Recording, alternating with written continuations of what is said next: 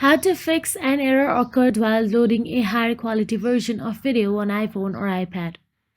So basically, the original video must be stored in iCloud, not fully downloaded, for error to happen. So in order to fix this issue, you can follow this simple method. First of all, open the Photos app and navigate to the video which is not being loaded on your device. So the best fix is to duplicate the video. If you don't need the highest quality and just want to duplicate or just save the video locally, then you can try this method. You can tap on the three dot icon at the top right corner of your screen and a drop down menu will appear. From there, all you have to do is tap on the duplicate option.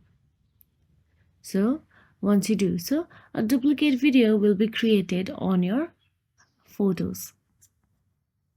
And that is it. This creates a local copy of the lower quality version that's already on a device.